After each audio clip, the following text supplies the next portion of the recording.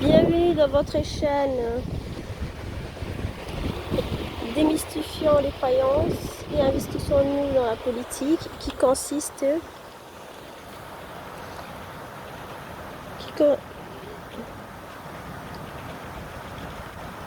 qui se veut vouloir vous aider à vous éclaircir sur vos croyances et à tirer les avantages et les inconvénients de croyances des religions afin de choisir ce qu'on peut mettre dans sa vie. Je vais faire ma première vidéo, le premier chapitre. Je commencerai par la sourate ou le chapitre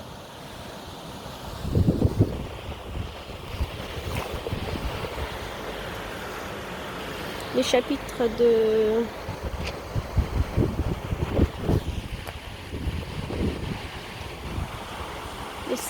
le chapitre à la vache.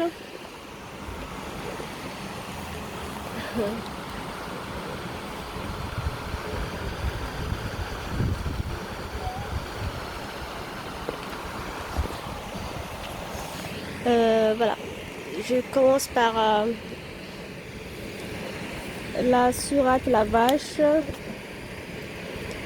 qui commence par les lettres A, La et Ma dans comme 29 sourates pour ainsi faire un défi aux non-croyants,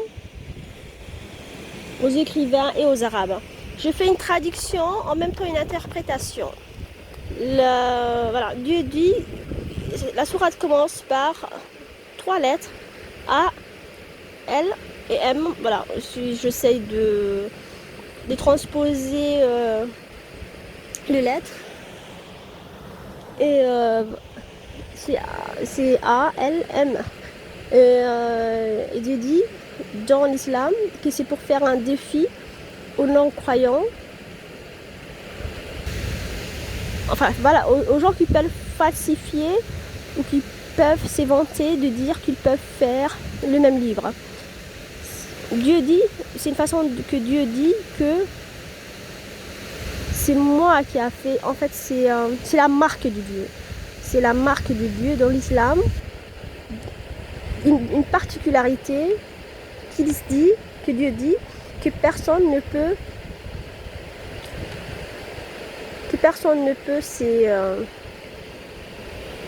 s'éventer de le faire. Voilà, je pense que chacun a son empreinte et c'est une parmi les empreintes de l'écriture divine en islam. Des lettres qui commencent, des chapitres qui commencent par des lettres qu'on ne peut pas interpréter. C'est une façon que Dieu dit que les croyances voilà, c'est que les connaissances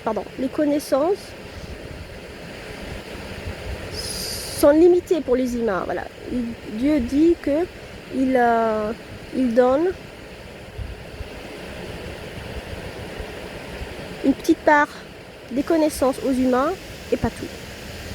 Et c'est une façon de nous montrer qu'on ne peut pas tout savoir, afin de calmer notre ego, bien sûr.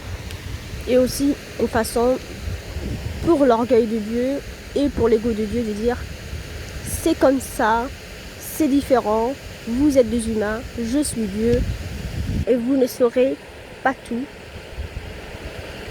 Et la vie est comme ça. Voilà, c'est mon interprétation, c'est ma façon de comprendre, c'est comment je sens la chose. Et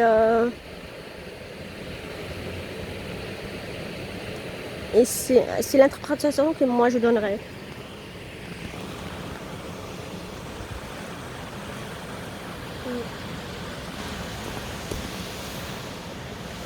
À chaque époque, Dieu envoie. À chaque époque, Dieu envoie à chaque époque, Dieu envoie des prophètes pour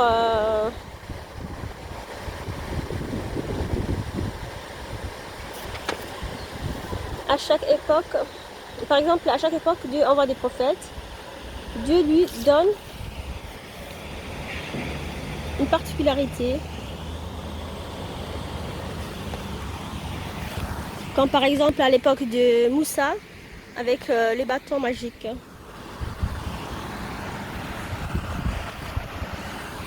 Vous allez vraiment m'excuser parce que je filme avec seulement mon téléphone et je suis pas très... je sais pas comment utiliser à part ça. Et vous m'excuserez, je veux juste vous montrer les beaux paysages, mais c'est pas évident parce qu'il faut quand même que j'ai le téléphone près de ma bouche.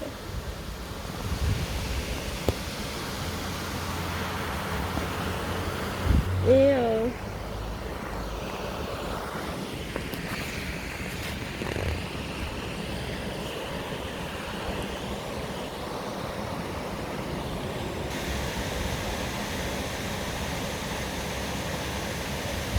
à l'époque de Moussa, Dieu lui a donné un bâton ayant des pouvoirs pour convaincre,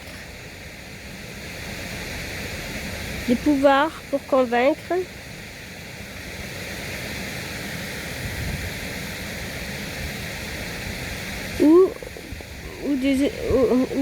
ou comme explication aux gens de son époque. C'était une époque réputée pour tromper les yeux des gens et à embrouiller les esprits, comme la sorcellerie, les mensonges et les tromperies. Voilà.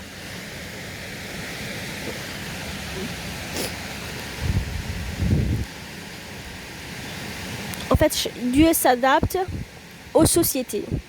Dieu s'adapte à l'époque. Chaque époque est différente et chaque époque, enfin Dieu selon l'islam, on se comprend bien. Et cette chaîne se veut instruire ou la majorité des personnes sur les croyances, que ce soit des croyants ou des non-croyants. C'est une façon de philosopher sur les croyances et de réfléchir dessus. C'est pas une chaîne pour juger, c'est une chaîne pour rassembler intellectuellement les croyants. C'est une façon de philosopher sur les croyances. Et un deuxième exemple, c'est l'époque du prophète Issa. Issa c'est Jésus, était connu pour la découverte de la médecine. À l'époque de Issa, il y avait la découverte de la médecine. Dieu a envoyé Jésus et a donné la particularité des pouvoirs à Jésus, de pouvoir soigner. Et c'était une façon de se faire respecter. Et c'est comme ça que Dieu donne à chaque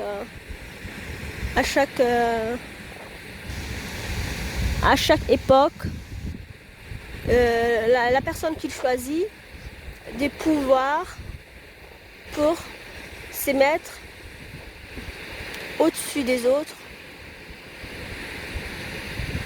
et d'être plus connaissant que les autres. Voilà. Chaque époque a sa particularité, disons sa mode. Dieu a ainsi donné à son messager les pouvoirs miraculeux en médecine. Le prophète Issa arrivait ainsi à soigner juste par des touchés des maladies incurables. Juste par des touchés, juste en touchant les parties du corps d'un malade, comme la dame qui avait les lèpres, il est arrivé à lui enlever sa maladie des peaux et pour les messieurs qui étaient aveugles, il est arrivé à lui donner des yeux. Voilà. C'était un pouvoir miraculeux, mais c'était une façon de dire aux humains que cette personne est supérieure par rapport à vous. Et c'était une façon à Dieu d'imposer. C'est la personne qu'il a choisie qui était là, en l'occurrence, Jésus. Et, et qu'est-ce que nous, on peut tirer dessus pour faire une...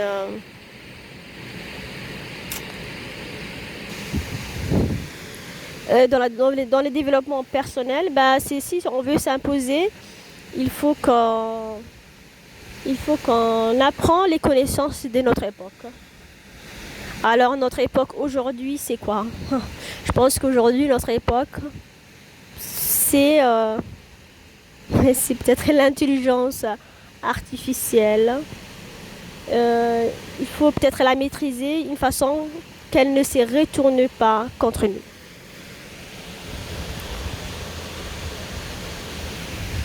Voilà. C'était une petite parenthèse. Les prophètes arrivaient ainsi à soigner juste par des toucher. Excusez-moi.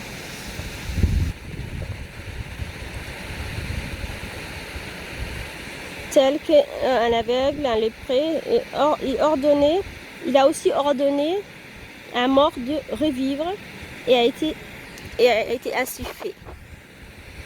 Quant à notre prophète, à son époque, était marqué par la littérature.